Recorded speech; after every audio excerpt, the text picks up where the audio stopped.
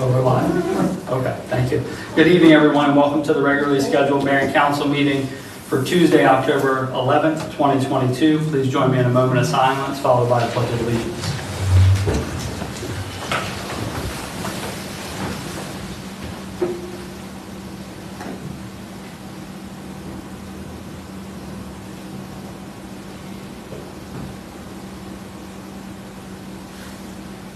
Thank you. I pledge allegiance to the flag of the United States of America and to the republic for which it stands, one nation, under God, indivisible, with liberty and justice for all. Thank you. The first item on our agenda is actually going to be the swearing in of our new council members. We're going to begin with our most senior council member, Vice President Burrell, followed by our council member Jay Nur, and then our newly elected council member Steve Green. So Vice President Burrell, if you don't mind joining me down there, and family as well, come on up for our swearing in.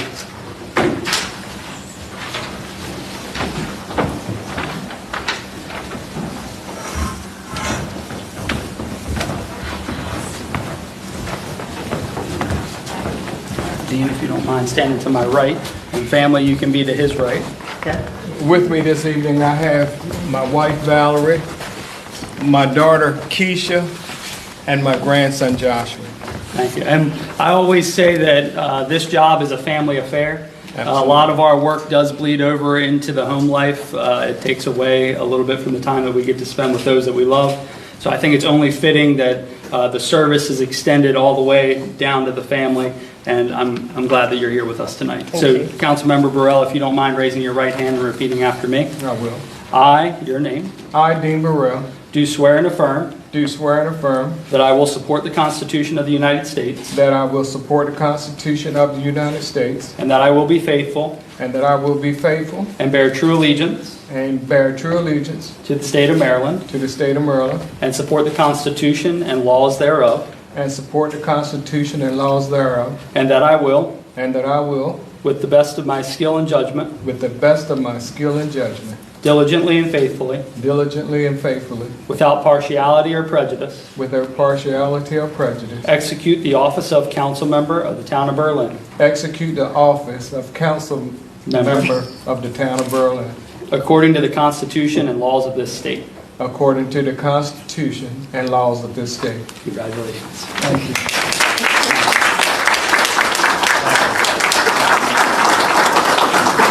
Let's get one good photo for us, if you don't mind.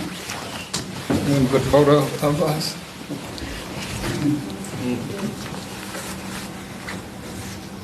Thank you. Thank And you. then we got to make it official.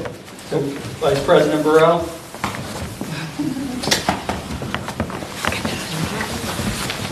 Copies.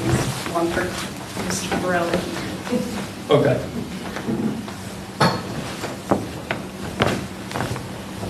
And then sign.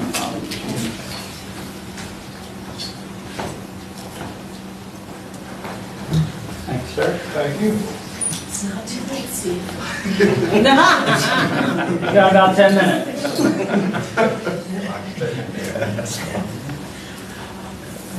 Thank you, Mayor. Thank you.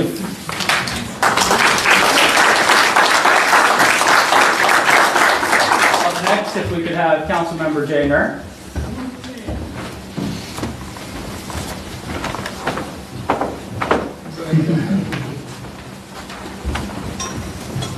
Congratulations. Thank you, thank you. All right, go ahead and raise your right hand and repeat after me. For those of you that don't know, I forgot that part. The first time I swore in, I believe it was one of Chief Downing's officers. I was like just reading, and I totally forgot to ask them to raise their right hand. So please raise your right hand I and repeat will, after me. I will.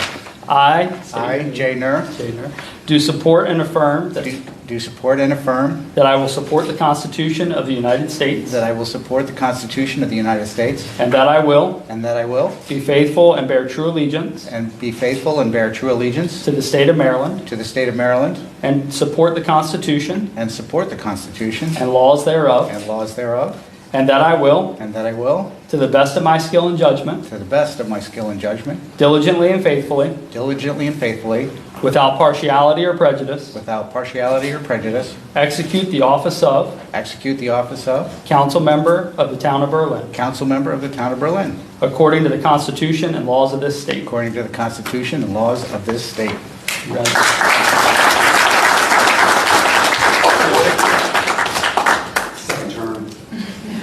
That's right. All right, let's make it official. There we are, there are 2 copies.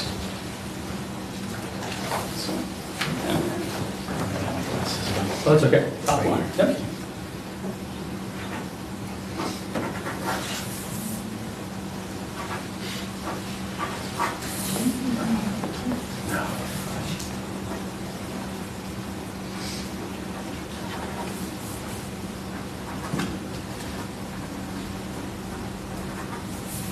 Thank you, sir. Hope you have it memorized. All right, up next, we're going to have our newly elected council member, Steve Green, and his family as well. Just go ahead and introduce who we have here. All right, great. This is my wife Pam and my mom Patsy. Nice. So go ahead and raise your right hand and repeat after me. I I, Steve Green, do swear and affirm do swear and affirm that I will support the Constitution that I will support the Constitution of the United States of the United States and that I will be faithful and that I will be faithful and bear true allegiance and bear true allegiance to the state of Maryland to the state of Maryland and support the Constitution and support the Constitution and laws thereof, and laws thereof, and that I will, and that I will, to the best of my skill and judgment, to the best of my skill and judgment, diligently and faithfully, diligently and faithfully, without partiality or prejudice, without partiality or prejudice, execute the office of execute the office of council member of the town of Berlin, council member of the town of Berlin, according to the Constitution and laws of this state. according to the Constitution and laws of this state. Congratulations. Thank you, sir. Get a picture together if you don't mind, family as well.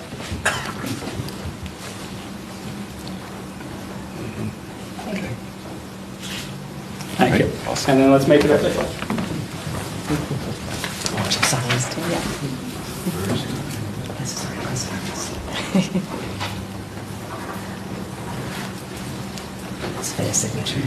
It's getting so emotional. It's like watching all the boys grow up. Like I was in your daycare. Congratulations. Thank you.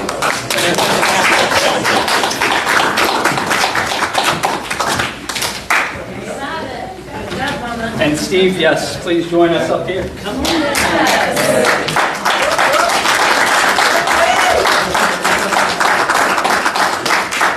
Thank you, Shanika. All right, up next is agenda item number 2. Last election cycle, I asked the council to consider imposing a term on the vice presidency of 2 years so that we have an election every time following the municipal election. So with that being said, we do have an election of vice president.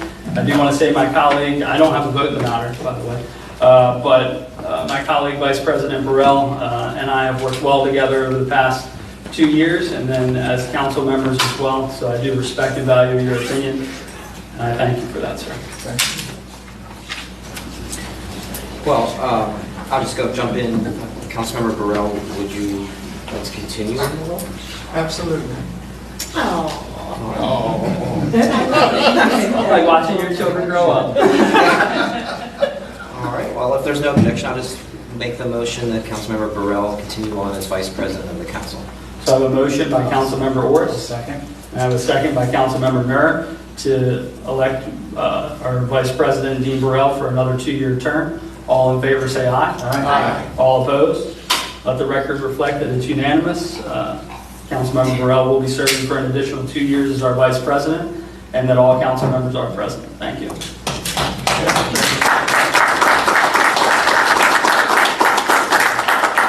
Up next is a citation from the mayor for the service of our former council member Troy Purnell, who's in our audience this evening wearing shoes. So we have him up front and center, if you don't mind, sir.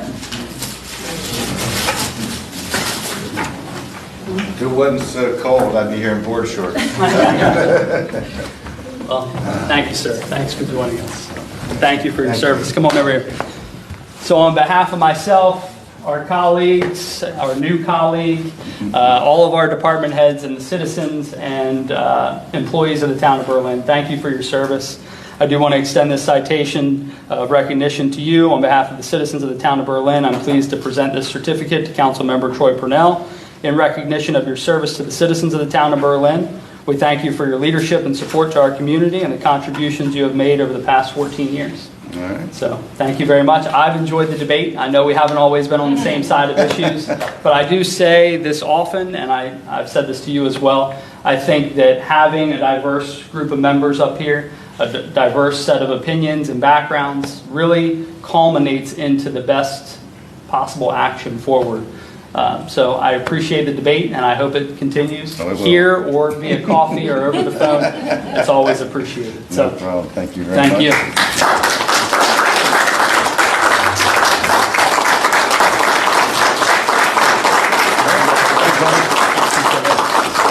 I'm gonna go watch off TV. We'll see you on Facebook Live.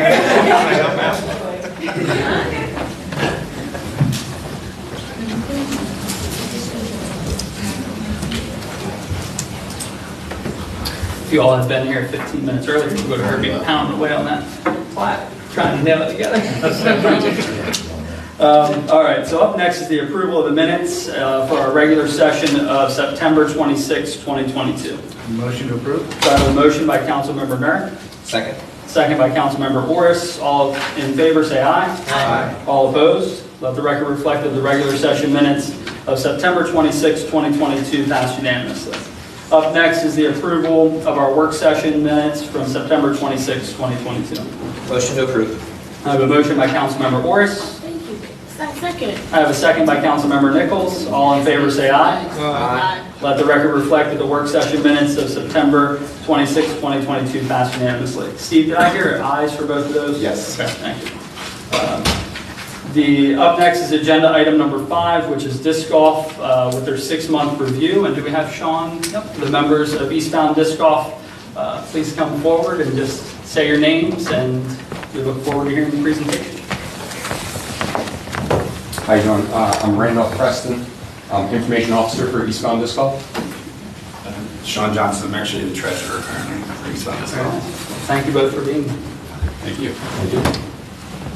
So just to recap, especially for the newer members of the room, we approached this group around, I think, April or May of 2021 with the idea of putting disc golf in Decatur Park. It took a few back and forth sessions, I think, to kind of iron out what exactly we were proposing and come to a 6-month agreement, which was at a conclusion about 2.5 weeks ago. So we wanted to come back before the group and sort of get a sensing session feedback, from the installation of the course. Have you witnessed personally it being used and enjoyed? I know there was some talk of school programs that might be utilizing it, things like that. Also, if there's any positive or negative feedback for the course configuration itself, and sort of get a sense of where you'd like to go from here. Thank you. So I'll speak personally about what I've seen so far, and that's been an increased use of the nets and baskets that you have installed. It's been neat to walk by the park or walk through the park and see people playing. I think somebody from your group gave my son one of those discs when you were doing the temporary pop-ups. He's loved trying to throw it. He's not all that great at it, but I think overall, at least my impression is that it's going well. I will ask the town administrator, do we have any feedback either from the Parks Commission, and then we also have Jimmy Charles, who's our Director of Public Works, so the two of them can dissent on any feedback. The primary feedback that I have heard were from property owners along Kenwood Court. There were discs going into backyards, but I think that the tee or the goal, I'm not sure which now, got moved a little bit. And that seems to have improved that situation. We did receive a letter from a woman who had a less than pleasant encounter with a disc golfer, but that's going to happen. That's not so much about disc golf as it is whoever the person was. So I think overall it's been very positive. What I am aware of has been able to be addressed, and really very few negative comments. Thank you. Jimmy, anything from your group? No, I've not heard any negative remarks, and I've actually seen a lot of, over the summer, we saw a lot of out-of-town license plates stopping, probably like mid-morning for them, and they got out and grabbed their bags and played around the disc golf. So, in all, I think it's a very good addition to the Decatur Park. Thank you. I've also heard from a group about an app that apparently can be added to, or maybe it exists in an app, and that's how they actually found the course. So the app is called UDisc. Okay. I actually looked at it right before our meeting today, and out of the 150 reviews that are on there, it has a 3.9 out of 5 rating, which is pretty good because no course in the U.S. has a perfect 5.0. So overall, the general population of disc golfers seem to enjoy the course. And I'd say most of that, I think it'd be closer to a 4.5 if it weren't for just proper signage and tee pads. Right. What we installed was meant to be temporary, so that's part of why we're here tonight. We'd like to return with a proposal if that is in the town's interest. We recently partnered with Pocomoke, Winter Quarters golf course there. That shut down like 5 years ago, and they gave us the green light to put a disc golf course there. And we ended up going in for half with them on new baskets there. So on that note, we would like to see where you guys stand with the baskets that are currently in the park are ones that we use sort of for what they were used for, like a temporary course setup. Ideally, they would have like navy blue baskets, Decatur Park Disc Golf, like proper signage, proper tee pads, course map and things like that. So on that note, is that something that we should be preparing and returning to the council with? Well, I have a question for Jimmy Charles again. Has there been any additional work needed from your shop for this? No, nothing. Okay. The balls we can easily mow around, the goals can be easily mowed around. The stones were recessed into the ground that we don't have any issues with the stones. I would just ask that they're putting some kind of square pad or something that it's a little bit recessed, that our motors can just go right over top and keep moving. Without, I mean, I haven't heard anything other than what we talked about, or before you mentioned the one concern, and I think it's actually a great addition. I'm comfortable with the 9 that are existing. My personal opinion is yes, I'd like you to come back with a more permanent setup with the existing course and the 9 holes. What I would prefer not to see though is you had mentioned, if I recall correctly before, a concrete pad for the tee. If we could do something like they do at golf courses with the two little things instead of that concrete slab. So that's currently what's there. Okay. Is just 12 by 12 pavers that we painted blue to mark where the tee is. So it's essentially the same thing as a golf course with the little golf balls. I just wouldn't want to see like the size of that table concrete pad. Right. Not in the Decatur Park. Yeah.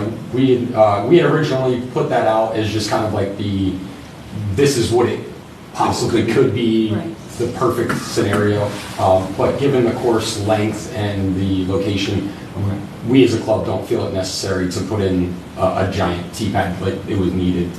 It's not a 500-foot long hole to where you need a full run up and that kind of thing. And to that point, and a testament to the course usage, I stopped by there on my way here, and a lot of the tee pads where that area is worn down pretty well. So there's no need for anything else really, other than that compacted dirt that's worn by itself.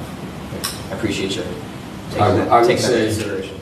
I would say the only thing, like you said earlier, the only thing that we really need to add at this point would be signs at each tee pad to say, hey, this is the hole, this is the length, that's where the basket is.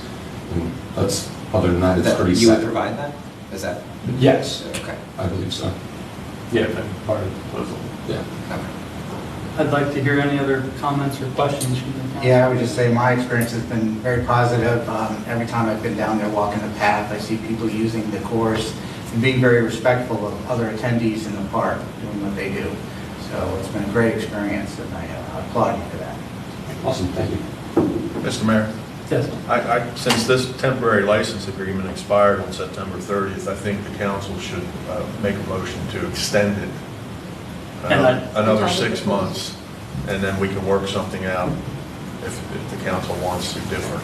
And I would ask that if it's favorable, that we include a request for them to come back with a formal proposal in that same motion. But I'd like I just have 2 questions. Tell me about your club. Our club. So we are kind of the guys in charge of disc golf on the shore currently. We, as he had mentioned earlier, we are currently working with Pocomoke City and putting the course there. Our first project is you guys here where we're at today. And we also put a course in right next to the Salisbury Zoo called Chris Roberts Memorial Course for the original founder of the old club, I should say.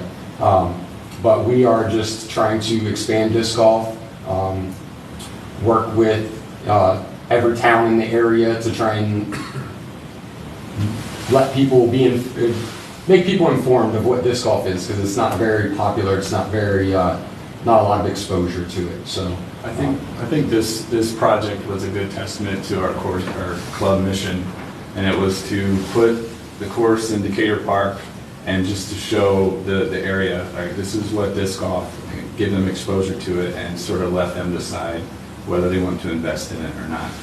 Going along,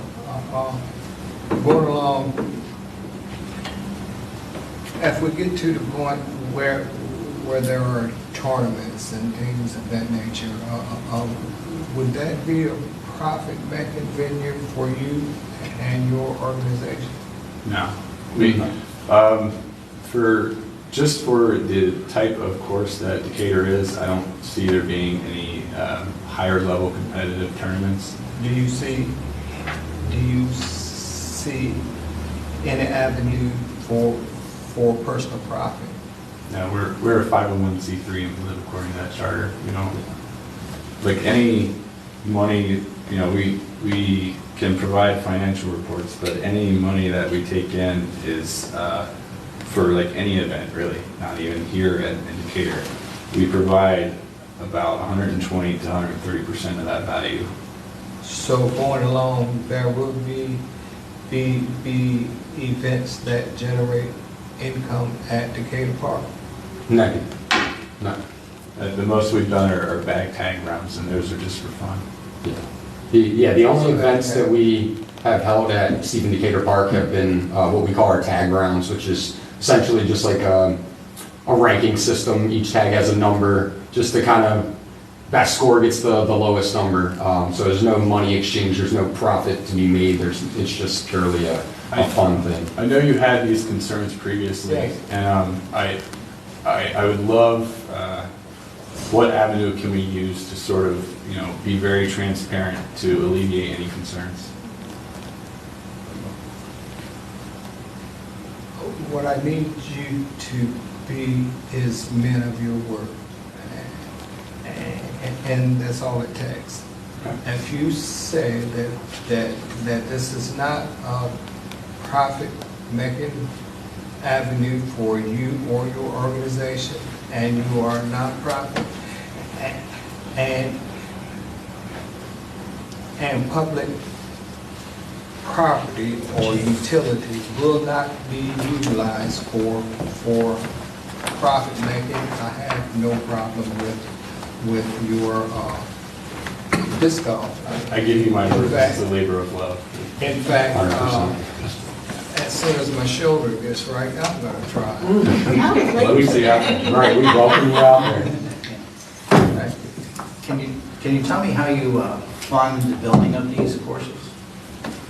We've done basically fundraising events, and if we do that, we advertise that ahead of time. Like, we'll probably be doing something like that in Mayor Quarters. A lot of times there are donations and stuff like that.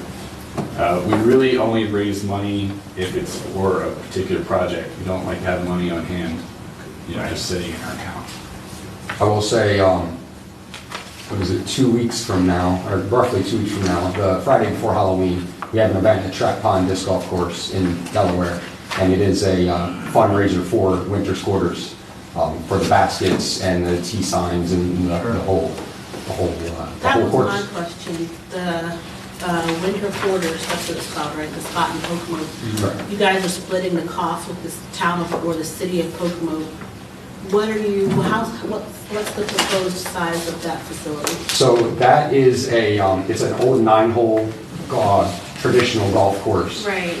So there's a lot of land, a lot of land. And we are going to put 18 holes out there as opposed to the 9 that we have currently at Berlin. And we had to order the baskets for those. And 18 baskets ran us almost $8,000. So we gave them that invoice saying, hey, this is the cost. We luckily had the funds readily available to pay for it. And then they are reimbursed, or did reimburse us the other half. Correct. Yeah. And most of, if not all of that funds has come from other events that we ran to get that. Also, I currently work at Ocean Downs Casino. They sponsor a tournament that I'm running in November at Track Pond and Killen's Pond in Delaware. And they donated towards our cause, towards making that an amazing event. It will be. We've also utilized opportunities like Comico County had us work a fair where we manned the air bounce. Yeah. And I think they gave us like a flat fee based on tickets. Yes, I think they gave us $2 per ticket. Yes. So just in one weekend, we raised like $1,600. Correct. And then we had 6 or 7 of us out there for 3 days. For a bounce house? Yeah. Well, it was 5 bounce houses, and we were in charge of selling the tickets, and it was like $10, $12 for each kid. So I mean, it was a full-time job, that's for sure. Business for kids. Yeah. That's what I said. We were saying the same thing while we were there. We're making a killing. Well, we are asking if the council is open to it for an extension. Let's make the extension to give us enough time through December. And then also request from Eastbound Disc Golf that you meet with us to develop a proposal that we can present publicly. So I'll make a motion, we do a 6-month extension and be willing to accept that proposal for modification to the current course. Second. I have a motion by Councilmember Nur for a 6-month extension and open receptivity to a more formal proposal with a second from Councilmember Nichols. All in favor say aye. Aye. All opposed? And let the record reflect that it passes unanimously. Thank you both. Thank you. Where does that put us at, March, April? But they may come back. Our goal is to come out before that. But Okay. Before you guys go, if I could ask you a question. So I heard you the 18 holes, 18,000, right? For 8,000. 8,000. 8,000. So in your proposal, do you forecast a request of half of that for 9 holes? Those were top tier baskets. We could give like tiered proposals, but I'd estimate, just spitballing, I'd say about half that because targets and materials for, design. That's Thanks. first. thank you. Appreciate it. All right, up next is agenda item number 6 with motion 2022-12, the approval of the power plant mural project. Do we have anybody from We Heart Berlin now? Mr. Weed? Yeah. We have President of We Heart Berlin, Mr. Tony Weed. Hello, sir. How are you? Good. Congratulations, everybody. Thanks, sir. Gentlemen, good to see you up there. So share a little bit with us, if you don't mind, about the power plant mural project. I think we have an image. So local artist Brian Robertson came up with this mural that we would put on the wall that faces William Street in front of the power plant.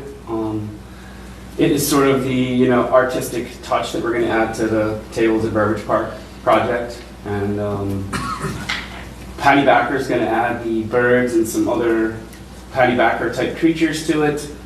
And we got a $3,000 grant from Worcester County Arts Council for this already. Jeffrey Smith's father's donating some to match that, and we have some other funds to match the rest. So we're geared up and ready to roll. We've picked the paint colors, and it's just now a matter of cleaning the wall and getting ready to rock and roll. Very nice. Any questions for Mr. Weed or about the project? And it's going on, just so that everybody's clear, It will be going on that concrete base structure, so Tim may have some input he'd like to provide as well. Correct. I think, Tony, you approached me some time back about this, and I think it'll look pretty nice. It'd be a good addition. And then, Jimmy, any challenges with the vegetation? I know you guys have cleaned that up pretty well, so you'll actually be able to see. I know Tony and I talked about this a while ago at the groundbreaking, but We eliminated, we took down the trees that were already dying. We cleaned the area up a little more, and then once the mural's up, we'll be able to also reevaluate what we need to finish the project, so you have a good vision of that area. very nice. Well, There's 2 spirea bushes that are still there that are not native, they're not really special. I think once the mural's done, we could take those down and it would really sort of open up the whole area. They already took the trees up, so that's sort of up to the right level at this point. When you're sitting in your car, you can see it perfectly. And tomorrow morning, actually, the gazebo gets delivered. Today, the etchings were done, so there's a lot of fun stuff happening there. And this will sort of be some icing on the cake. So isn't there's a fence there? Right? Yes, there's a black fence there currently. Is that why you went with blue? Yeah, we want it to be sort of, bright and colorful, and you'll be able to see it through the fence. It's pretty cool. Will this be the length of the building? The length of that, Yeah. it's about 50 feet by about 4 feet high. Right.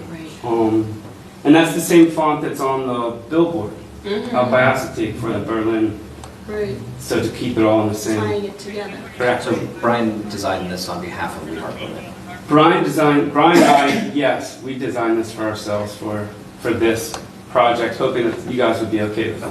Yeah, there's no cost. Brian's a member of We Are Berlin. Brian's a board member, yes. And there's obviously no cost to the town for any of this. This is something we're going to do on our own. And we're going to clean the wall up and make it look cool. And I think down the right side that faces the little ditch right there, we're going to make it the sort of the darker shadow, so it looks like a natural shadow, but it's a painted shadow.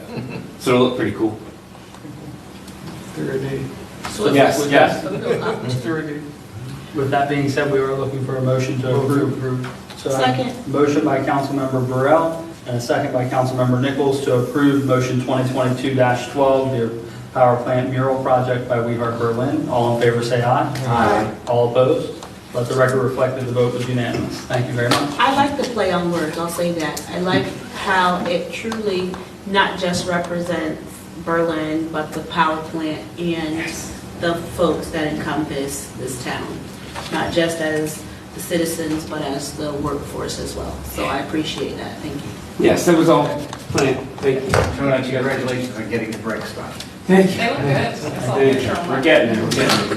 Thank you. Thank you all. I really appreciate it, Tony. Up next is motion 2022-13, the approval or declaration of surplus property, and our town administrator, Mary Boland, is going to run point.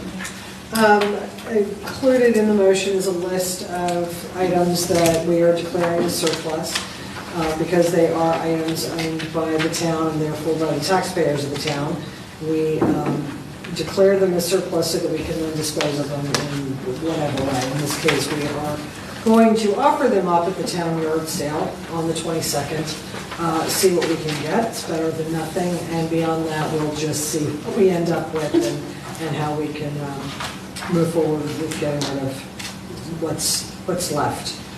And this was a creative idea. I don't know where it was generated from, but Mary brought this to my attention. I think it's a splendid idea to try to capture some revenue from pieces of property that are no longer truly of need. They tend to just sit in offices and take up space and collect dust, so if we can kind of clean out some stuff that's no longer in use. Are these items in town hall? Where are these items? Right now, these are items in town hall. They've been, if they weren't here to begin with, they've been brought here. Most of them are in the old police station. So several items of fairly large furniture. We're not going to take those out. We're just going to post pictures and ask people if they want to come take a look. Smart, that was just what I was gonna ask. Very nice. So we are looking for a motion to declare this property as surplus. Motion approved. So I have a motion by, our newly elected member, Steve Green. Can I capture you as a second, Councilmember Nerd? So I have a motion by Councilmember Green and That takes a little bit, Councilmember Green. And a second by Councilmember Nur to declare the surplus property in the packet, motion 2022-13. All in favor, say aye. Aye. All opposed? Let the record reflect that motion 2022-13 passes unanimously. Thank you. And thank you, Mary. Look at Steve jumping. I know, I saw that. Check it out. Be surprised how much of this just becomes autopilot, so then I have to correct it, let alone the seating positions, but, all right, so, agenda item number 7, discussion and approval of proposals by Davis Bowen and Friedel for survey, specifications, and other services regarding Heron Park's demolition. So, we do have a representative from DBF here with us this evening. Andrew Welsh. Andrew and I met just briefly before the meeting, but nice to meet you, Andrew. You're welcome to come forward in case we have any questions. And then I believe Mary, help me here if I'm incorrect, but there is information regarding the RFPs within your packet, and we are looking for approval this evening. Well, just to clarify, these items have not been put out to RFP. These are among the types of items that the mayor and council can approve without going through the formal bidding process. Part of this is because of the timeliness of the situation. We're trying to move forward with spending a demolition grant. And some of this is also tied to the ongoing discussion for the sale of the property. I think it might be easiest actually to let Andrew give us kind of a summary of what you're looking at here. And of course, ask him any questions that you might have as we go along.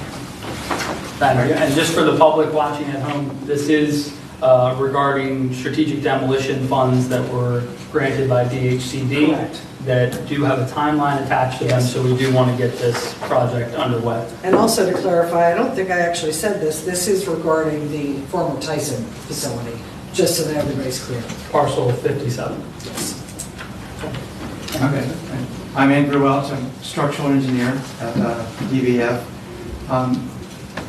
Probably a third of the cost of our services would be for survey, both limited topographic survey, locating pertinent features of the site, buildings, structures, foundations, old wastewater treatment facilities, and then also a property line survey.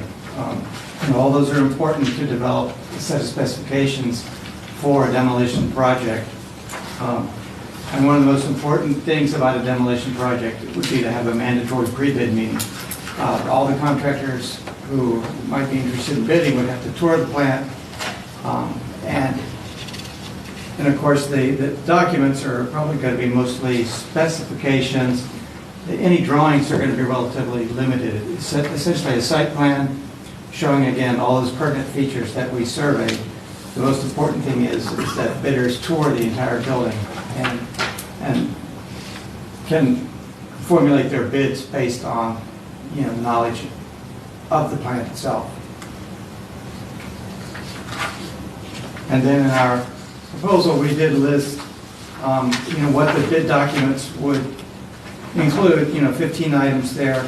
I'm not going to read all 15 items, but Excuse me.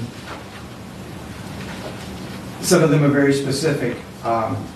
Removal of paint from steel structures. There's a lot of peeling paint inside the building, so potentially this could either be a partial demolition if certain structures want to remain in place for, during the sale. If there's a developer that wants to, keep some of the buildings and not the others, so could be a selective demolition in that regard. But even on the interior of the buildings, there's a lot of, you can imagine, a lot of appurtenances, conduits, lighting, mechanical systems that are of no use to anybody regarding the redevelopment of those buildings. So we've been very specific down to removal of paint because we want to spend the money in the grant. Is that correct? That is correct. We don't want to return it. Right. And it does still provide some flexibility because that pathway is still somewhat undefined. Right, and we may have some add alternates or any way that we want to develop the specifications to make sure that we keep it within a certain, lump sum bid. Thank you. So I guess we can open it up for any questions from the council for Andrew or for the town administrator or myself.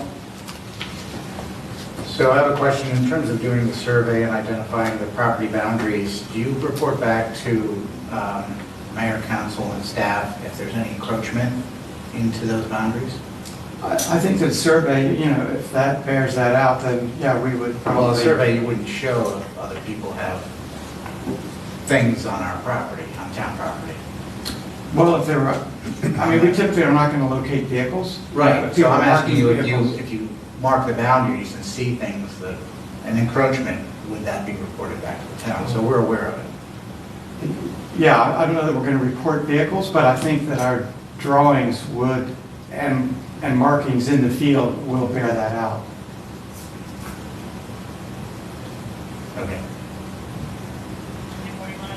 My question, Mary, well, my question is for you, just so that we're all aware. What's our time frame still for this, the use of the grant? What's the deadline? Do you know? If you hadn't asked, I would know. I want to say that it was 5 years. I believe it's, we are Just not about it. running up against a deadline Got at it. this point, no, but we don't want to let that get away from us. Right, I just wanted to make sure, well, put that out in the atmosphere while we're still sitting here, the kind of time that we're looking at Right. as far as making these things happen, so that no one out there in TV land gets, worried that we're going to try to do this with haste too fast. No, we have yeah. time to do this in a thoughtful manner, absolutely. As far as the grant goes, I'll put it that way. You said bidders would tour the plant, but their bids would be based on the specifications that you all develop. Yeah, we would define, you know, all the appurtenances inside the building that need to be removed. And then, you know, when they tour the plant, they can see what those entail. And I think, just to Councilmember Nur's point, I think what he, I don't know, I think what he was getting at was, we're just not going to get necessarily just lines. We would be notified if this area there seems to be an issue there. I think that's what you were getting at. Yeah. Yeah, and we would typically Yeah. photograph the property too, so, you know, we may not, if vehicles are encroaching your property, again, our surveyors aren't going to locate vehicles, but we're going to photograph the entire site, so then we can sit down with a meeting and show you, you know, in our opinion, that there may be some encroachment. What type of field markings would you use to indicate property lines? Would there be physical monuments of some kind or just lines? How would that? Typically, iron or monuments found, you know, that's what surveyors, that's their bread and butter. They want to find those monuments out in the field. Right. And then they can set monuments based on the meets and bounds of each of the parcels. Right. So I think once the property lines are established, whether or not there is encroachment would be something that could be observable. And we would like to make sure that, and we can discuss this a tad bit offline, where we would like to see the heavy emphasis on a marker that is visible versus something that you may locate a pin. We can discuss that a little bit offline. But there may be some areas just for visual purposes that may be beneficial for us to have.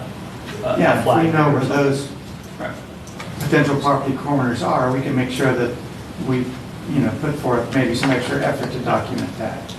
Thank you. I think that's all that we're asking. Yeah, okay, that makes sense. So I'll make a motion that we go ahead and approve the proposals from DBF for the demolition bid documents of a lump sum fee of $23,500 and the engineering administrative services not to exceed fee of $16,000. Second. Thank you. I have a motion by Councilmember Turner and a second by Councilmember Councilmember Orris. Oh, wow. See? You did. A motion by Councilmember Orris and a second by Councilmember Burrell.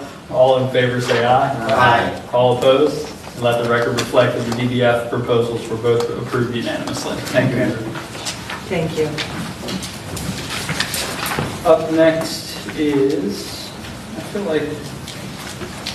like we're missing something here. Didn't we have you on for EV charging stations?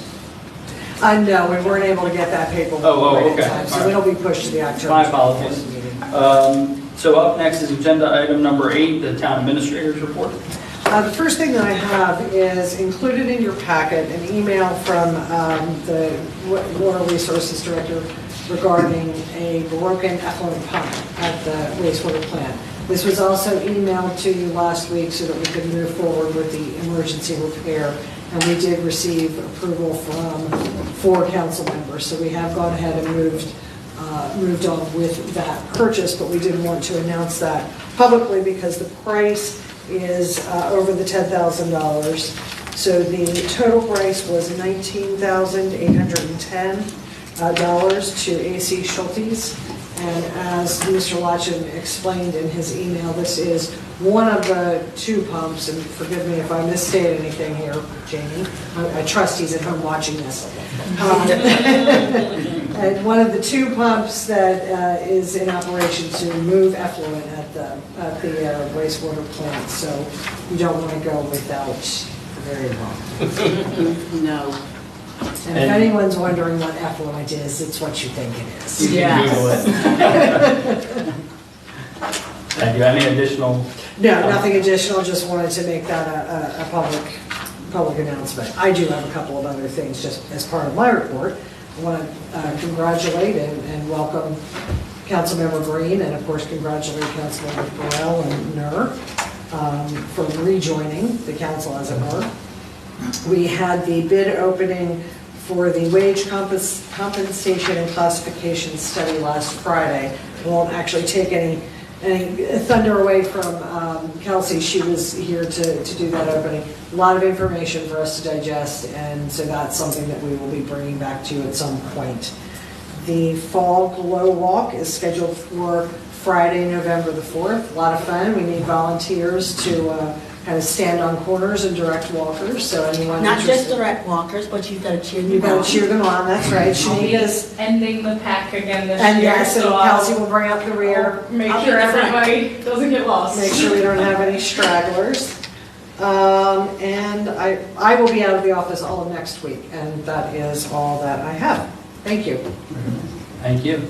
I do want to say for Councilmember Green, sometimes, and it's always good for the public to hear this the second time, sometimes there will be emergencies that will arise. Those will come out like the effluent pump repair via email, asking for a poll vote, no discussion, but a yay or a nay. At which time we do move forward if we have enough favorable votes for whatever that item may be. They're usually very limited in scope. And then they are reported by the town administrator and added to our upcoming meeting packet list so that you're aware. So any questions for our town administrator? All right, enjoy next week. Thank you. Up next are our departmental reports, and we'll begin with our planning director, Dave Inglar. Good evening, Mayor and Council. Good evening. Just quickly for the planning department, last week we issued 2 certificates of occupancy. We issued 7 building permits, including one for the newest 22 townhouses out at Burnell Crossing Phase 2 on Sunlight Lane. They already have some under construction, and this is the next 22 to be permitted and built. There were 2 sheds, 2 for window installations, 1 fence installation, and 1 pergola addition. The Historic District Commission met last Wednesday on the 5th, and they continued a case for some different material and a different rendering for the Pitts House here on 201 William Street. The Planning Commission will meet tomorrow night, October 12th at 5:30. We welcome the public with their input. That's all I have this evening. Thank you. Any questions for our planning director, Dave Inglar? Yeah, go ahead, Jeff. Dave, I was just wondering if you knew off the top of your head the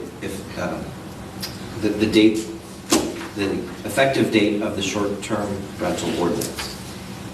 No, someone asked me that earlier. Who asked me that? Steve asked me that earlier. I'd have to backtrack on the 20 days from when you voted on it, from the last meeting.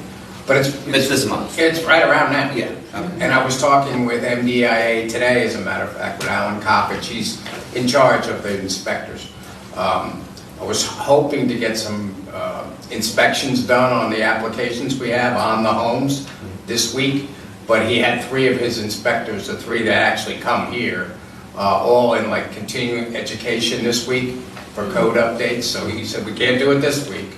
Then I talked to him again today. He said, we'll talk to Grant. He's one of them. When he comes back, he'll be back here Friday, and he said, see if he can get something scheduled for next week with Grant. So we're working on that too. And you still have about 13 applications? Yeah, well, some of those are not, they're not the permanent residents of it, so some of those are going to get rejected. You know, they're not under that Homestead Act, you know, as a permanent residence here in town, so, anyway. Thank you. Thank you. I believe Councilmember Nurse. Yeah, Dave, I had a question. Is there any timeline of when Maple Street will be paved? Well, they're still working on that, the last building there that was one of the existing ones, when it was Wolf Terrace. They're still working on that building, so when that was finished, that's when they wanted to go ahead with paving Maple Avenue. And I realize they're dragging their feet here. You know, we're getting into the point where we get to the cold weather, and material, it starts drying up. In other words, the paving material, it isn't there. They can't get blacktop when you get into the winter. Next spring. So, and we still have that issue with access for the adjoining property for Mr. Stoll, that I thought we had a resolution to, but it seems like that's falling apart again between the developer and Mr. Stoll and his representation. So we'll see. We had a solution, I thought, and that would have been the last hurdle, because until that's resolved, we've been holding certificates of occupancy from them. That last building, to make sure that they continue the access for Mr. Stoll, that would be my only way of having any leverage, would be to hold that certificate of occupancy for those last, it's 10 units. It's 10 apartments.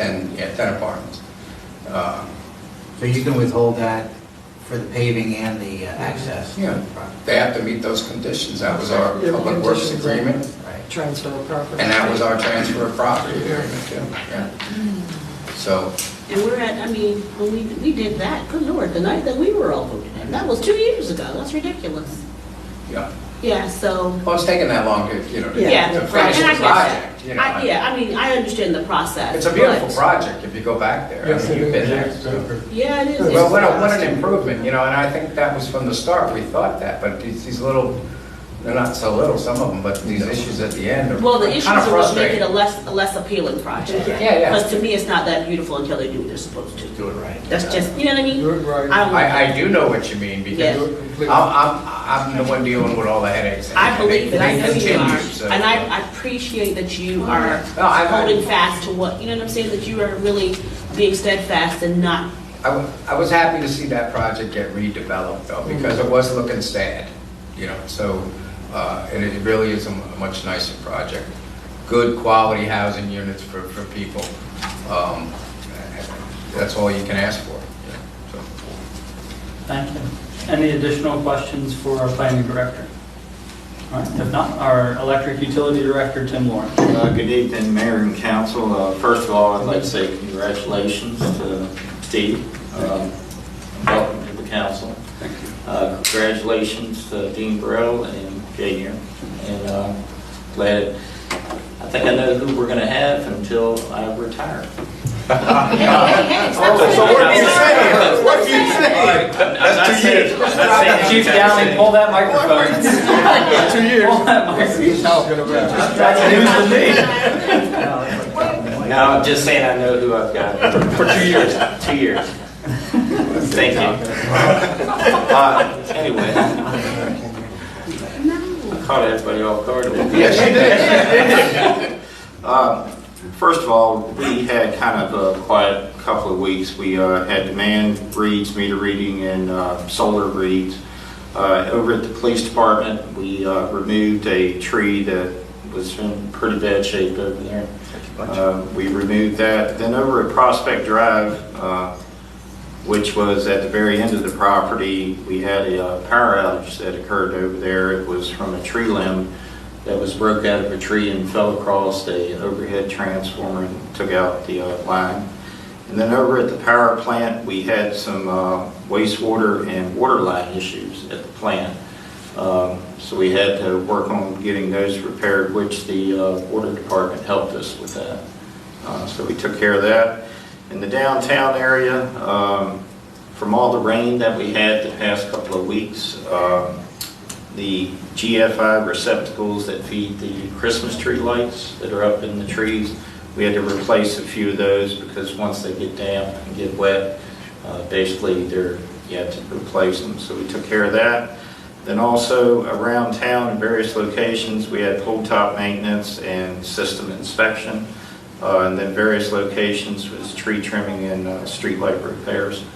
And then also today I received information on the utility easements for Pinnell Crossing North. I've been waiting on those for several months now, and I finally received that, and David Gaskell actually looked over to approve it, and it looks like we're going to be able to move forward with installing the underground electric system to feed it. Okay. Very nice. Thank you. Any questions for our electric utility director? Not funny, Tim. Yeah, not funny at all. Not funny at all. I didn't say I was retiring. I just said I know it's Halloween and you got to be spooky and stuff. But come on now. Shoe dropping. All right. Up next is our chief of police, Arnold Brown. Good evening, everyone. Since we last met, we did have the Fiddlers Convention, which for us, no issues or problems with that. It was well attended. Weather-wise, really, I think Jamie and Jimmy are going to say the same thing. We didn't have any major issues whatsoever. No flooding, no problems with drains or any of those things. We also conducted the farms qualification and conversion courses. We also assisted members of the Snow Hill Police Department, Pittsville, and Worcester County Farm Marshal's Office when we were doing those qualifications. Attended the Merlin Training Standards Commission board meeting in Sykesville, and during that time I was voted vice president. That was a surprise. So I'll be co-chair on that, or assistant chair, with Barbara Duncan from Salisbury. So we have a Eastern Shore contingent, true Eastern Shore contingent. Congratulations. Great job. Congratulations. We also had apartment complex managers for the major complexes actually leave and depart, so they actually have no active management. That's Decatur and Victoria, Bay Terrace Garden Apartments, Homes for Berlin 1 and Homes for Berlin 2. We've actually had some issues because of that, but we're staying in contact with the regional manager. During the weekend, it was also homecoming. And with that, the police department was really busy chasing parties and young individuals. We didn't have any major problems reported as of yet, but again, we assisted county in several locations after they left town to different areas in the county, so it was a very busy weekend in that regard. But Stephen Decatur did win. That's my report. Stephen, I say it again, Stephen Decatur won. And the other thing is I did see officer presence from Berlin at the game, so that was nice to see as well. And then I did see, I think, a photo on social media circulating of one of our officers assisting a motorist with changing their tires. So those things, there's a lot of additional work that our police department does, and it's great to see. So thank you. Please pass that along on our behalf. And that individual and the other ones, again, a lot of those moments actually happen. With the Take Home Car program, it's mandated if you see someone distressed on the road to stop.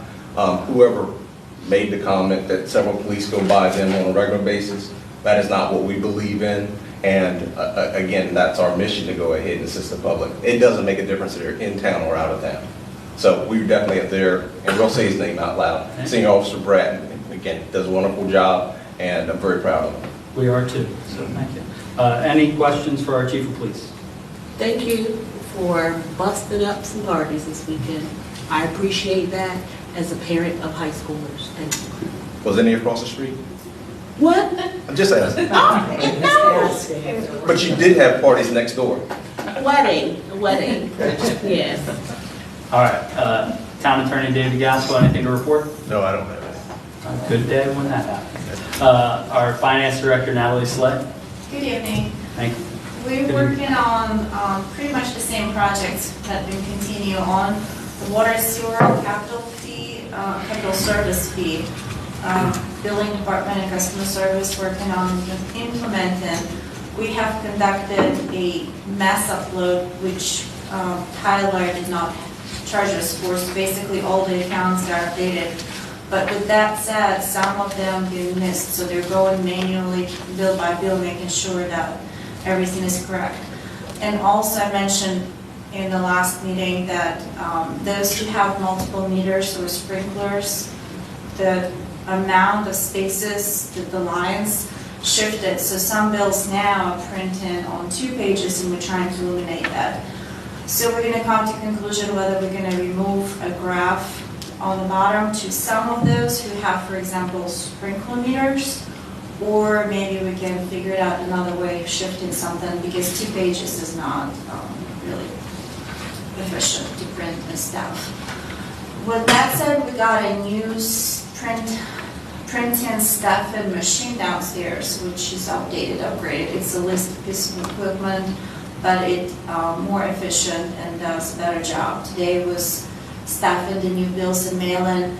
The time frame, the ladies indicated that shifted to half. Before it would take 3 to 4 hours, now it takes only like 2 hours, so which is a good.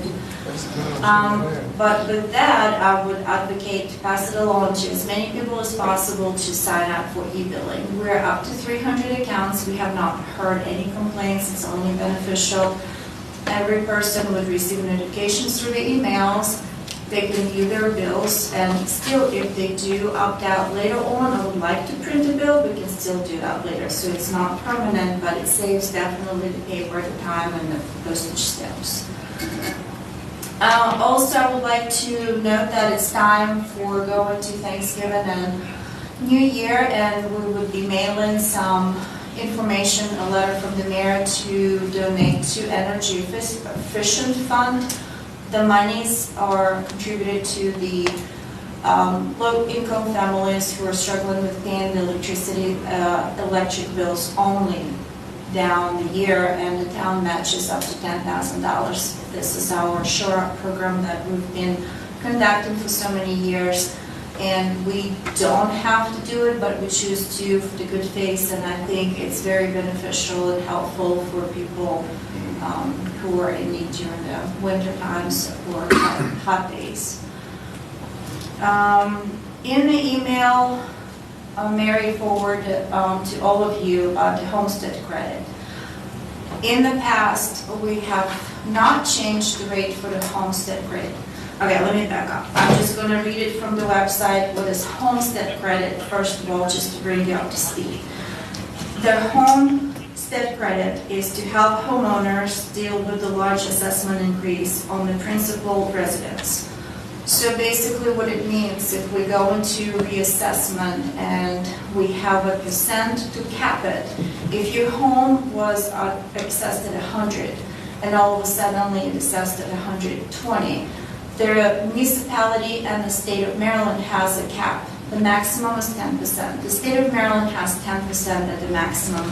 We always stayed at 5%. So what it means that a person who decides to apply for homestead credit will be capped at the 10%, and our rate is at 5%. That credit, if the person qualifies, and there are specific qualifications on the website of State Department Assessment and Taxation that everybody can read, and there's an application process. So there is an approval process, then a small credit, or at 10% or at 5% goes back to the homeowner against the real estate tax to help with the big jump. So if you home at 100 today and then you got reassessed and it come to 120 and it should be only at 110, that 10,000 is multiplied, the difference multiplied by the rate of municipality and by the rate of the state, and that credit gets applied back to offset that big jump. So in the past, we have capped it at 5%. I have received an email from the state of Maryland that they would like to have some information from us if we're remaining at the same percent or would like to change it. It's basically, in the past, we would just respond that there will be no changes, but I want to bring it up for everybody to, I guess, discuss and tell me whether we're going to continue with the same percent or that a decision need to be made that you would like to change it. And if, oh, go ahead. If you decide to stay at 5%, which the rate is now and has been for quite some time, there's really no action that needs to be taken. If you decide that you want to discuss changing that, we will need to put it on the agenda for the October 24th meeting. Thank you. So it's up to this body. If there's somebody that would like to see a proposal to change, we will come back, as Mary said, at the following meeting with that information. If we want to maintain at the 5%, then there is no action. How long is it? Excuse me. How long has it been where it is? As long as I can remember. I can't remember the last time it was ever changed, if it's ever been changed, since the homestead tax credit was put in place. And I have attached the link for you in the email for all the municipalities and the state rates. And if you look at that email and the rates of municipalities around us, pretty much everybody in the same line bracket of 5%. The state of Maryland is at 10, and then the biggest cities with like large population and large real estate assessed pool are at 10% or 8%. But 5 is pretty much a medium, but it's, like I said, it's totally up for a decision if we're staying the same or we decided to change. And when you say everyone around us is pretty much at 5, who are they? Wycomico County and Worcester County. For example, Wycomico Salisbury doesn't have a capital. Everybody else except Fruitland at 5%. In Worcester, Pocomoke City is at 10%, which is matching the same as the state of Maryland. Snow Hill is 3%. We are at 5%, and Ocean City does not have a cap. When I say does not have a cap, meaning whatever the assessment comes to, there is no credit applicable. The other 2 points that I think are important to make. One, you have to have the homestead tax credit, which means it is your primary residence. Right.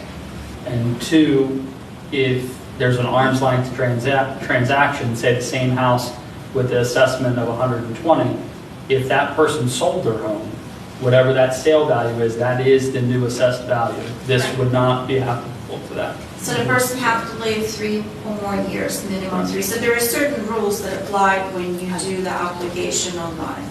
And what's the financial impact to the town? Well, I'm going to go back to the example. If you home appraised for 120 and last year was 100, Right. that 5% is a cap, so it should be capped at 1 or 5. So the 15,000 going to be multiplied by 81.5 cents will equal to $90 plus. That $90 go back against the real estate that we would receive as a town, but goes as a credit to the homeowner. Right. And to the question, what the value is, it's hard to speculate that because it occurs during the reassessment. Right. So we don't know what that assessable base would look like, but then from there you could work it backwards. Yeah, that's what I'm curious. And Natalie, am I correct, they only ask us to reevaluate when an assessment has recently been done? Well, we're going to the new reassessment Okay. every 3 years. So we're going to the new phase for fiscal '24. That's why they would like to have a current information on the website.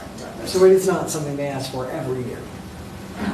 Do you think that there would be applicable time, to Councilmember Noer's question, for you to look at the last reassessment and see what that loss or delta of revenue would have been if there was no cap versus an increased cap to match the state or holding the same? I would have to request that information from the county details because we don't do assessment in the house. Right. And that information is not, I don't get the reports in details. I get the reports quarterly how much we receive. Okay. Isn't that figure on the constant yield certificate? It's Is it the same estimated one? for the next year, yes. But it's not necessarily that every homeowner would apply and receive. Like I said, there are qualifications in place. So you think you could obtain that information from Snow Hill by the next meeting? I can certainly ask. I'm not sure what's available from them. So you would like to know how much we received as a homestead credit for last year? Is So that correct? take the previous assessment that was done and whatever it is at the 5% level, run one for the 10% level, and then run one to match Ocean City, which would be a no cap. Right. And that would give us an idea. Clear picture. Yeah. Okay. What's our time frame again, Natalie, for this? I have to respond it by October the 31st, Monday. Okay, so you're, We got time for the next meeting. right. So the decision would have to be made at the next meeting. Got it. Okay. So wouldn't it kind of just stand to reason, well, I shouldn't say it, wouldn't it be if you raise the percentage, the revenue to the town would go down? No, it would go up. It would go, No, you're right. no, it would No, go the down. higher the percentage, the greater the benefit to the lower. homeowner. The more credit back. That's okay. That's So right. it goes But backwards, yes. it's for the Yeah. homeowner, because that helps. The lower you cap. Right. So less taxes, less. Yeah. And it's the benefit of being a primary resident. Right. It's So- the benefit of living in your home for 3 At years. least 3 years. But not everybody applies. Correct. And not everybody is eligible at any given moment. Correct. With the 3-year residence, there are other specifications. Doesn't mean because you lived for 3 years, you apply and automatically get approved. No, there are other things. Can I ask, so we're asking for 10%, 5%, and 0%. Can't see us, I find it very hard to believe that we would do 0 or 10, but could you also see about 3%? You can do whatever number from 0 to 10. Okay. 10 is the cap maximum, 10 and below is applicable. And also, if you decide not to change, we can respond October 31st, there is no change, and then let's say later on during the adoption of the tax rate, you decide to change the cap, you can't. It's not like you set it and that's it, you cannot touch it. You can change that later. So we want to see 0, 3, 5, and 10. That would be great if possible, yes. If we can get that information, we'll make sure that we have a presentation. And we were just reassessed last year, yes? Yeah. Well, there's the residential and commercial, and each one's on a different year, I think, right? There's a no assessment, a commercial, and then a residential. Can we also see 7? It's like a bit more. I feel like we're playing Just bingo. 1 through 10. I mean, It's just a plan. Now, you do realize if I ask, you're gonna give me the information how much home credit we have received. So all I'm gonna do is just multiply. That's right. I can't predict what's gonna be Do on the the math. next Yeah, you year. can only do it based on the Yeah. numbers you have. You might want to make a graph. Make it like a ski slope. colorful, please. Okay, thank you. And anything else for your report? No, thank you. And the other thing is, you mentioned maybe dropping off of some of those graphs on the billing, depending on space. But those are, just so that everybody knows, they're available online. And if you register for e-billing, Right. I'm sure you can still get the graph. You can still get the graph, correct. The only people might lose the graph, the ones have multiple meters. The regular services, we're okay, they print on one page. Natalie, in the energy assistance donations, how much did we collect last year, roughly? I believe we have collected 4,500 and then the town matched 45, so I think the total number was 9,000 and a little tail, it was like 9,150. I don't have the number in front of me, And but it was 9,000, I know for sure. when you send out that request, does it go with an electric bill or is it mailed separately? We've included that we have not included that in the bill last year because it was too much to put it inside. But I think with the new upgraded machine, we can stuff the letter, because it goes with the separate envelope as well, so Right. people mail it directly to the bank. We changed a little bit now, we would like to mail it here because the bank, it's basically too much for them to separate our mail and go through. So we'll come to customer service. We will include it with the bill. It's going to be a letter that will explain what the energy system program is. So people getting e-bills will still get that mailing. Yeah, figure that out. I have to think about it. Yes, I guess we can scan and post it on online, yes. Or they will receive it in the mail as a separate. I have to see how it. And in the Berlin Bulletin, it'll be there. But just every year, we budget up to $10,000 for a match. So we want to see more than the $4,500 ideally. And thank you to the Finance Department for spearheading all of that. Yes, that would be helpful if everybody reaching more than 45, so because we have to up to 10 to match. Great. It's on the team's budget. Thank you. Any additional questions for the Finance Director? Got the e-bill today, thank you. It is nice to get and convenient. And I like that it is broken out by the capital service fee, so people know that it's an additional fee. I was really curious as you go through this month. They just came out today, right? Yes. What kind of feedback you hear, if you do hear concerns? I think that's something that affordability is something we hear a lot about. So, for my case, I'll just say it's $20 a month for residential, $40 a month for commercial. So I'm curious, what kind of feedback you get on that. I know this council passed these fees a couple months ago, so just. I will collect that as we go. The bills just went out, so we don't have it today. I'm not complaining. And to that point, though, it's an important point to make that those fees go into a separate fund. So it is something that anybody on here, and the public can follow as well to see what that accumulation is and then where those funds are actually spent. So, thank you. And then Alex, just one final question. I forgot it earlier when I was talking. Did I understand correctly that the bill just went out today, but some folks don't see this fee yet, these service fees, and some do? No, everybody do. Everybody? I'm just saying that if there is somewhere on the bill missing, we go in thoroughly through because we did a mass update.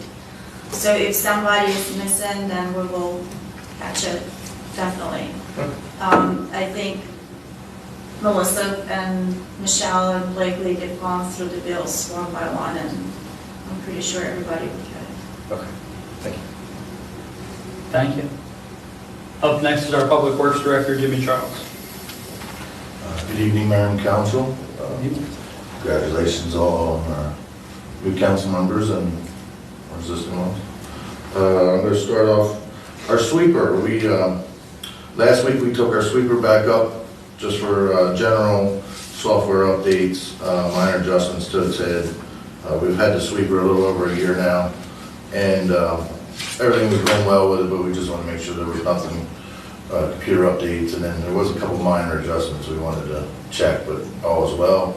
It was back out Thursday and Friday last week after Irene, and we were sweeping streets, and we were out today sweeping streets. So. Do you know off the cuff how many hours you have on that unit in a year? Next time. Next time. Next time. Those signs at Walnut Hill started going up today. We have 5 no parking this side, and that'll be on the circle on the Walnut Hill side. And then there's no parking from here to the corner, and that'll be on the north side of the exit, if you're coming out of on the exit side. One of the things the homeowners association had talked to us about was when there was an event, I don't want to say it was Fiddlers, but one of their earlier events, they had so much parking on both sides of the street. You could only get one lane of traffic down there, which actually created another issue with emergency vehicles, fire trucks, ambulances. So we want to keep at least 2 lanes passable through that exit chute there. We had another 25-mile-an-hour speed limit throughout the circle, And so them signs are being installed today. We've been starting to work on street signs throughout, do we have that one from the Commerce Street? So this is our new street sign that we're going with. It's flat. It's a 9 by 30 inches long. The lettering is 6 inches high. And then that's the Tyndall Way. Tinley. Tinley. I wasn't in this way. What I missed? No, that's not it. Little, Wayfair sign. it's directional sign down to the mural. But all our street signs, we're gonna start putting all these street signs up. Jefferson and North Main was put up today. We're waiting on the brackets that were coming out of Florida. And once they get up, we have, our goal is actually to just do North and South Main Street. We're gonna hit all them signs, and then we'll evaluate our funding and move on from there. Well, they look sharp, so thank you. And they're rounded edges now. We've had some safety issues with the squared off edges, so. In uniform height. Yeah. All 7 foot high, and all signs will be. And we've talked about some spelling as well on some of the older signs. And then the last thing is, Worcester County Recycling is doing something for their residents, a hazardous waste, let me give this first. It is on Saturday, October 29th from 10 to 2 at the Ocean City Park and Ride. All county residents can bring household hazardous waste collections. Go through a couple of them: computers, laptops, gasoline, oil, fuels, acid, pool chemicals, pesticides, dark room supplies, batteries. There's flyers here, there's flyers over here for anyone, and we'll have flyers downstairs. We are putting this on our Facebook page, so it's on our Facebook page. And then there is some, what they do and do not collect. More information, you can contact Mike McClue from the recycling manager at the Worcester County Landfill Recycling Division. That's all I have. Thank you. Any questions for our Public Works Director, Jimmy Charles? All right, thank you. Up next is our Human Resources Director, Kelsey Jensen. Congratulations. I would like to start with a couple openings that we have still. We still have positions for police department, for officers, as well as police communications officers. We have a plant operator trainee, and then we now have a spray site operator that just opened up, so I will be posting that as well. Apparently soon we'll have an electric director. I don't know.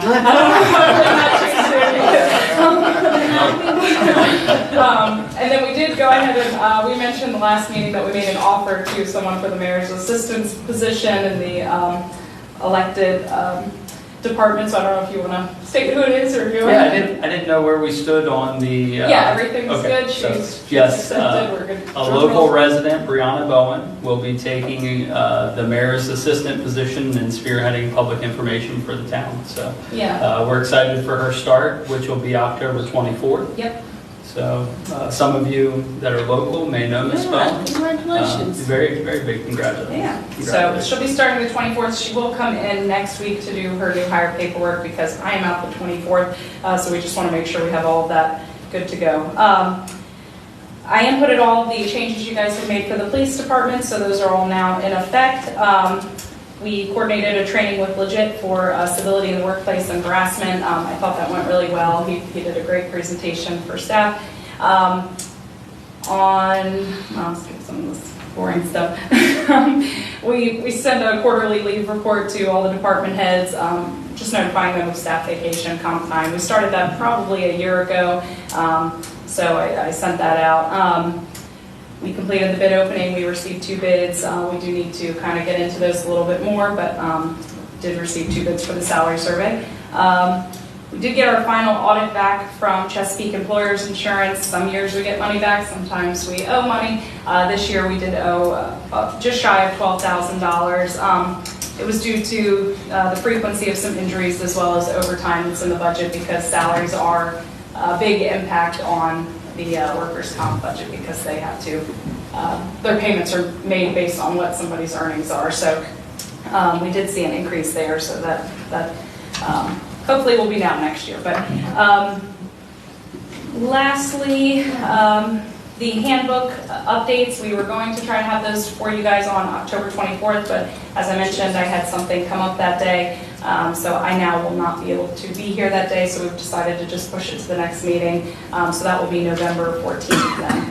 And then the other thing that I wanted to mention, we had an ethics ordinance that was advertised that should have been a first reading for this meeting. It actually got bumped to the next meeting, so the first reading, we contacted the papers, they have changed the advertisements, but the first reading will be the October 24th meeting, and the public hearing will be, I believe that's November 14th.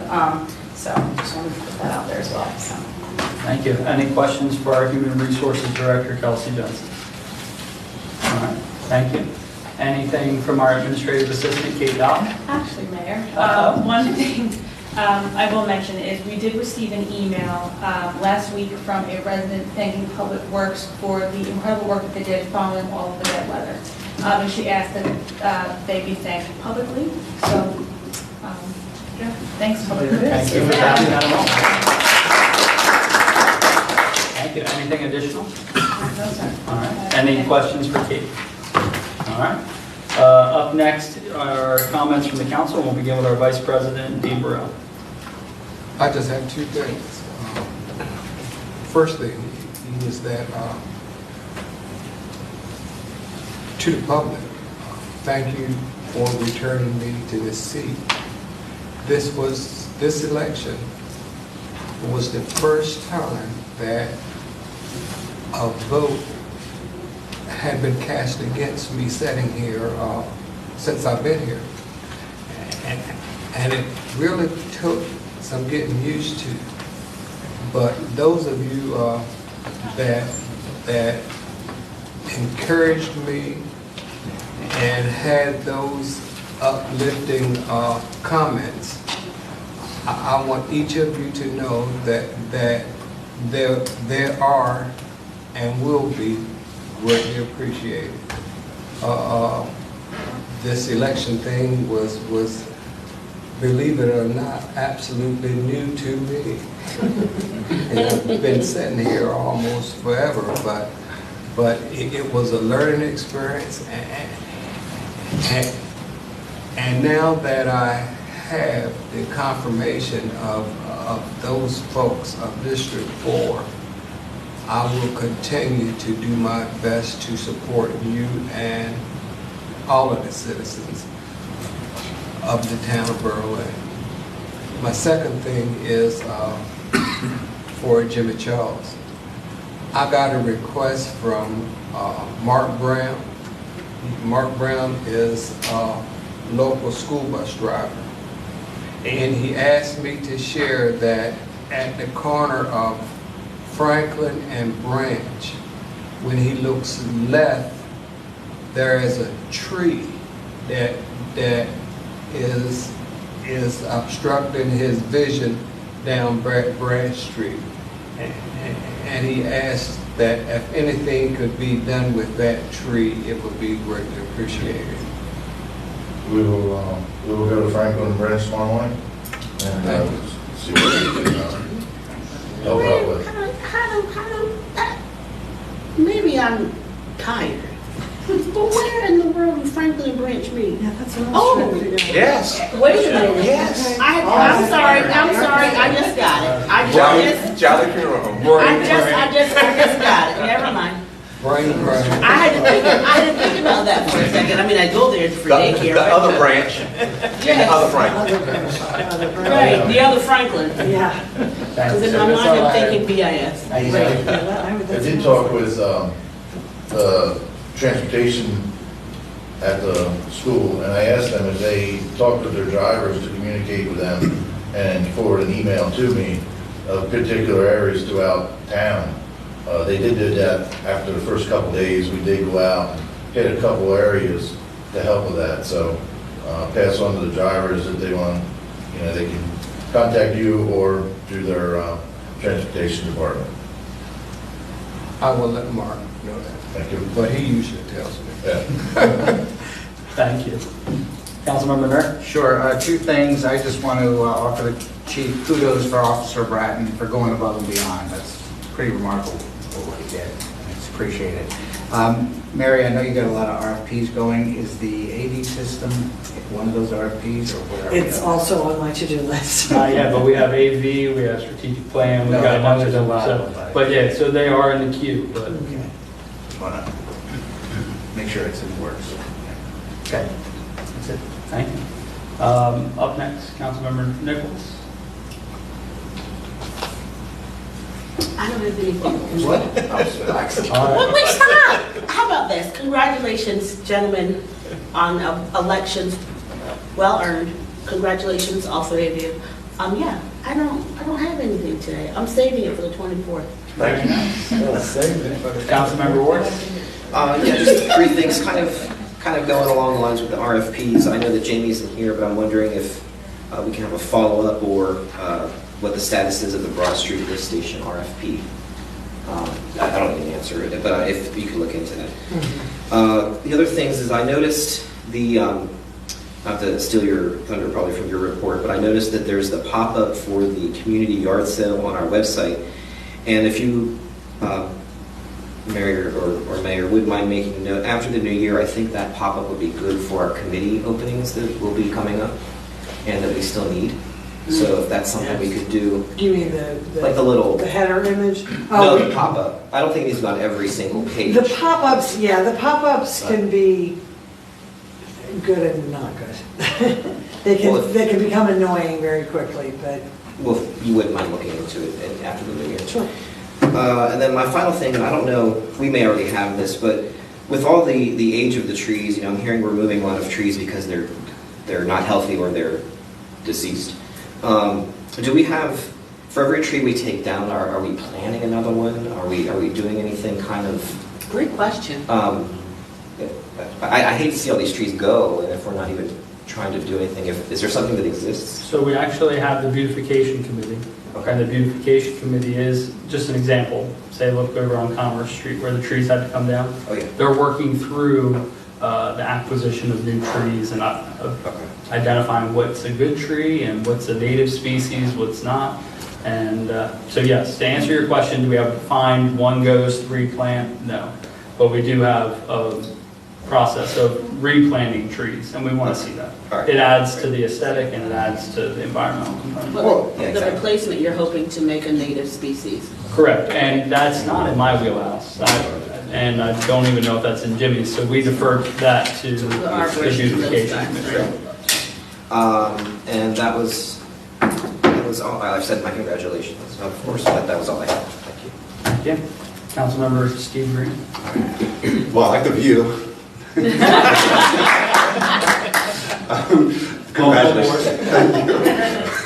Congratulations to Dean and Jay, and also wanted to congratulate Tony Weed also as well. Look, not a lot of people file for office, and I think we all know Tony's a force for good and good for our town, and look forward to him staying involved.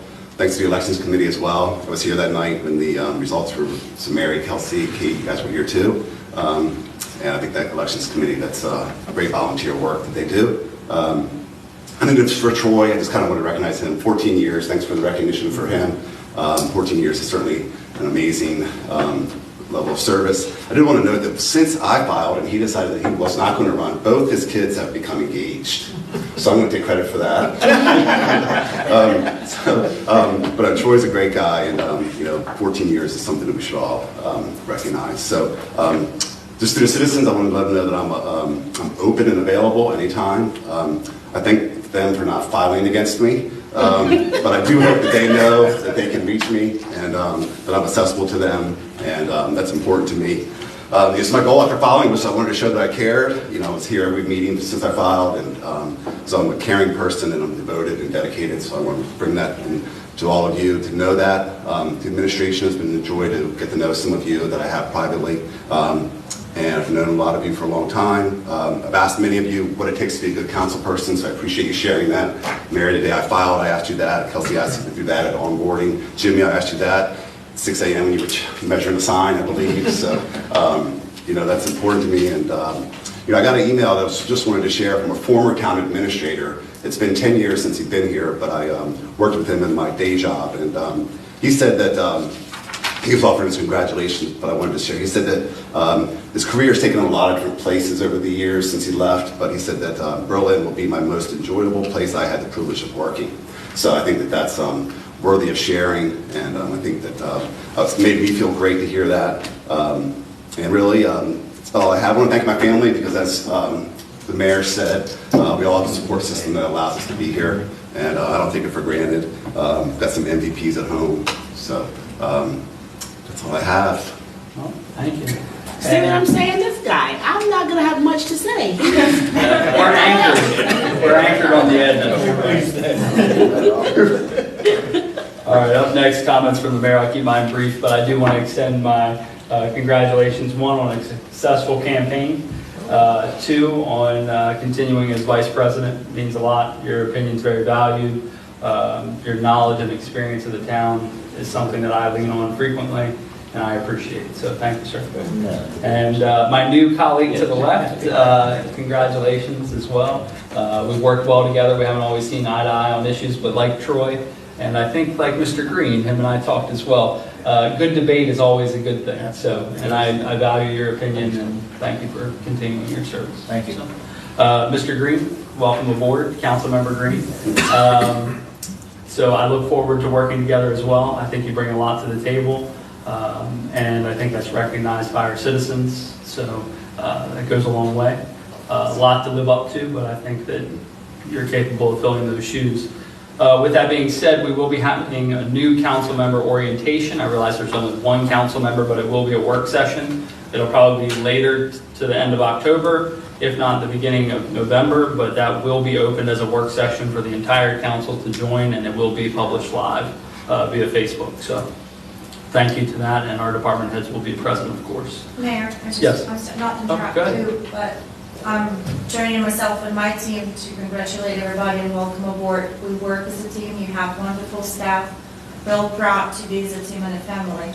In the past, we have done orientation, but also greeted meeting one-on-one. So I would like to extend the invitation to visit us, meet us, know about the budget, know about the financial statements, and if any of you would like a refresher, just please let me know. I know the budget is coming, and I will be working on the schedule.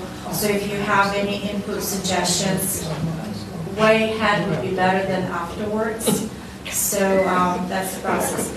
And I was going to share in my department, but it's kind of on a personal level. I don't want to, as a surprise later on, about my CPM program that I enrolled myself. So I have received a full ride scholarship from University of Baltimore to participate in a program for Certified Public Manager, and I have chosen my capstone graduation project to be as a smart metering for the water department, basically building as a blueprints that anybody in the future can read it, access, apply it. So at the end of my program, I will present that in front of you, so I just don't want it to be a surprise. But my main point was, please come visit us. Let's talk. And I think from our meeting, you do want to get in with the departments, which I think is great, and Councilmember Nichols can speak to that, some of our newer council members as well, but I don't think anybody took as deep of a dive as what you did. Going to Literally visit. down Yeah, into you the did. So- flipping. I actually spend a said little on time- street, Mr. Green. I Yeah, said, you want to know, go down there? Yeah, you spend a little time I'll turn you talking on. to Councilmember Nichols, and she'll tell you every manhole not to go into. But no, congratulations. Also, one final point, I am coming back from, literally I traveled this afternoon back from Annapolis from the MML conference. It was a great conference. There's some information that I do want to bring back and share regarding a hot topic, cybersecurity, which is always on our mind. There was a nice graduate workshop on that as well. So some good points. I'll share the slide deck with everybody as well, just so you can dive in. I can answer some superficial questions, but some things that we will be looking into here at the town level. With that being said, we did get to hear from a lot of the candidates for governor and comptroller and attorney general. I did have them I'm the president of the Maryland Mayors Association, so we did have each one of them there giving some time. And I, of course, opened an invitation to visit Berlin to any of them. And I encourage them to work with us along with all the other municipalities across the state of Maryland. So I'm hoping that this election cycle will be a bright cycle for us. So now, agenda item number 12, which is any comments from the public. Oh, we got two hands. So whoever wants to go first, just either stand or preferably come forward so that people on video can see. Name and street name, please. Hi, Sarah Hamberry, 100 Washington Street. I have notes. Easy notes. Thank you to the new council members and all of you. You are the ultimate community volunteers. And congratulations, Ms. Soleil. I mean, that's pretty amazing, going back to school, and your new degree will only benefit our town. So, thank you. Vice President Burl, would it perhaps be more helpful to have the voting not in a police station? Because some people aren't so cool on walking into a police station. Where I live on Washington Street, I think we voted at church at Buckingham, and perhaps people like to go into a church and not a police station. Generally stay inside the districts, but sure. Don't you have a church in your district? Got to ask the church. Right. Just saying. I mean, some people, I have no problem going in, they're very friendly people. But some people may prefer to go to a church. I get to vote at a church. I don't have to vote. I mean, and I can defer to my colleagues, but sure. I think the police station's an interim. So before we used to vote at the multi-purpose building, yes. And I think that since the condition of that building was not suitable, we've shifted to the police station. But I think that there's an ultimate goal to shift back to a community center once that comes. Well, if I remember that, And to clarify, also, the Board of Elections actually handles the finer points of the election process. Okay. Not the mayor and council. We stay out. We keep it separate. Okay. For that I'll reason. make that suggestion to them then. So, okay. Touch a Truck rain date is now Trunk and Treat Touch a Truck something, which I think is a really great idea at Stephen Decatur. My children are beyond the age that would touch a truck, but when they were that age, they would like to, and they like candy, except, and I feel bad for the employees and the staff members that have to do it. So we would hold Touch a Truck regardless. I know, but our staff people have to like take their Saturday to take their trucks to park and talk to little kids and give them candy. We'll defer to Tim. I don't know if people really. I mean, thank you. We're not the only one that does that type of event. Okay. Ocean Pines actually does the same type of I know, but now your employees have to do it. So they actually like doing it. Oh, perfect, because I also hand out candy to a lot of kids and it brings me lots and lots of joy. Yeah, the event is actually an educational event. I'm sure it is. It shows them what we do in our daily jobs, and how we operate and that type of thing. Okay.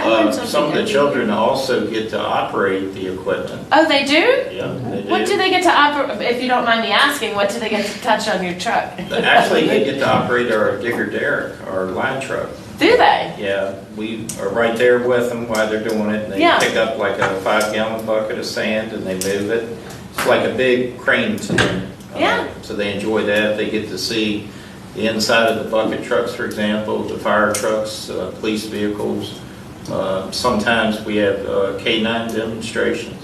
Okay, well, I'm just always advocating for the staff. Yes. So there we have it. Most of them like being there. They enjoy doing it. Well, again, I haven't heard anybody gripe about it. Last year, they got to blow the air horn constantly. Fabulous. Fabulous. It's going to be more energetic because sugar is in it. I know. Absolutely. And again, the best staff ever, and thank all of you and to your, your coworkers. Just to also let you know, this utility of Delmarva is actually going to be part of this event. Worcester County Sheriff's Department, Maryland State Police Department. Jeez. Berlin Police Department, Fire and Rescue, and it's going to be a pretty good event. No, sounds like it. I will tell my 14-year-old, and he might just still be interested. Department of Natural Resources will also be there. And did you organize all this? He does. Thank you.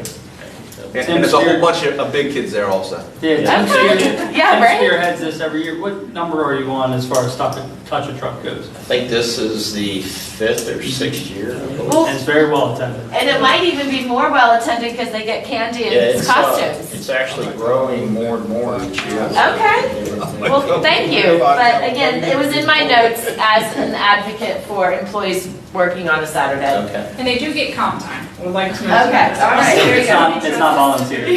They're compensated. All right, so, just two more things. Councilpersons Burrell and Nichols, thank you for recognizing the growing number of school-aged bikers and the importance of Williams and Grand Crosswalk safety from last month. And I understand that it's an SHA sign, but you actually stand out there with the signs, do you not? Well, I've graduated. Oh. I don't do that anymore, and my friends are missing me a little bit. but Okay. They're in capable hands, but yes, that was me for a long time. And it's my children and my crew that are in Yes. that bike gang, so. I've been with you, hey, Yeah. we hate when we go back. Yeah, well, now you get the littler version of that one, but thank you. And again, back to candy and kids. Halloween is not a town event, but this is just like, I'm curious to know. Is not a town event, but yet it's regulated. So how do you regulate something that you won't acknowledge? They won't acknowledge, I acknowledge it ever since we've done it. The Okay. Berlin Police Department has actually spearheaded and been a part of it ever since I've been here. It's 30 Okay. years and 6 months. Wow, that's legit. So- 30 years, yeah. Okay, so this year's on Monday. It is. And we hold Halloween on Halloween. Oh, I know. Go ahead. And because of the growing crowds, okay, Washington Street is well secured. It is pedestrian friendly. I will be right at, you will find me handing out candy left and right. I can't wait. But have the crowds outgrown the width of the sidewalks and on Main Street and other streets? On every street. On every street? On every street. Don't forget, it's not, number one, we don't have that many homes to go to on Main Street. Correct. But everybody utilizes that. Correct. But we also have West Street, which has no sidewalks. We also have every one of the actual subdivisions that you talk about. So- Which most of them don't have sidewalks. Yeah. And it is correct that you are short-staffed. So, I mean, can you add? We've already called our partners. Thank you, that's what I was getting at. I was about to say, I mean, just ask Ocean Pines, because I've been giving candy to all their kids anyway, so maybe they could come help. Thank you. I have full- And Powellville and every other place. Okay, I have full faith in you. Please know that I do. So I appreciate all of your time. Thank you. Thank you, Sarah. Did you have some of that? Did you have some of that candy? Because you were really hyper for 8:45. Have we met? I can't. We have one more, Ms. Haleski, did you want to just name and street name if you don't mind? Do you want me to go up there? Yes, please.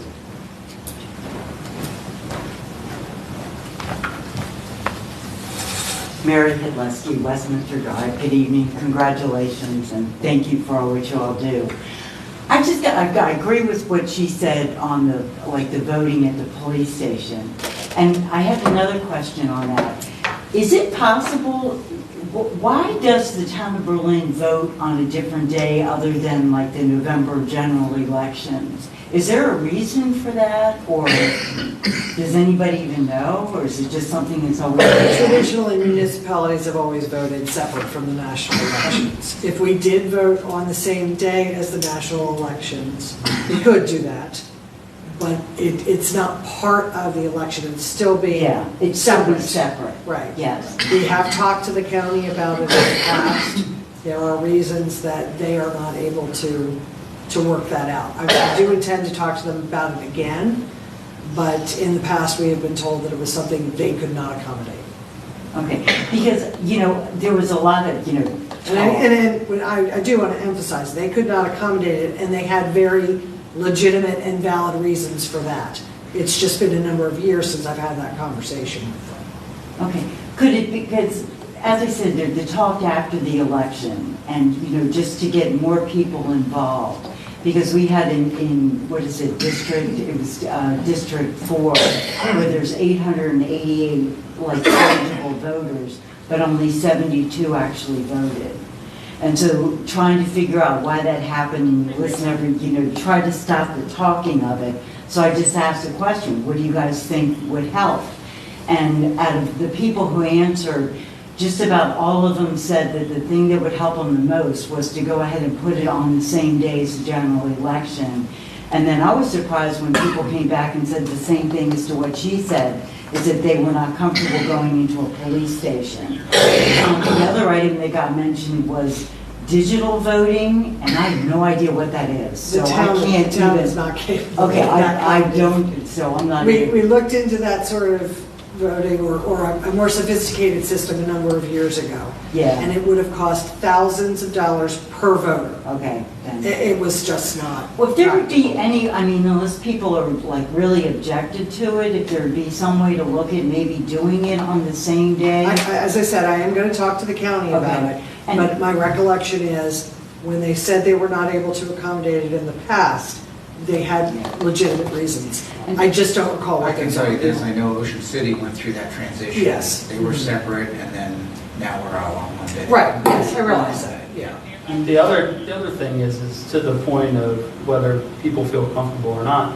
I think if we look at some of the historical elections, there has been voter turnout, but Yes. I think in the districts that you're referencing, voting at a police station.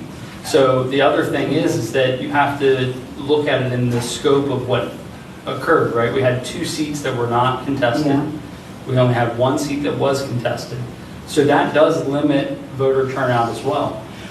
So I think I hear your point. And there are more eyes on that one election. And I will tell you, it was a cold and rainy day. So And that there are a lot has of a big things. impact as well. But I will also note that this entire body is nonpartisan. So having a process that is separate from a partisan election means a lot as well. So I think there's some weight to be said about having a local election being local. And don't get me wrong, I completely understand the not voting in a police department kind of thing.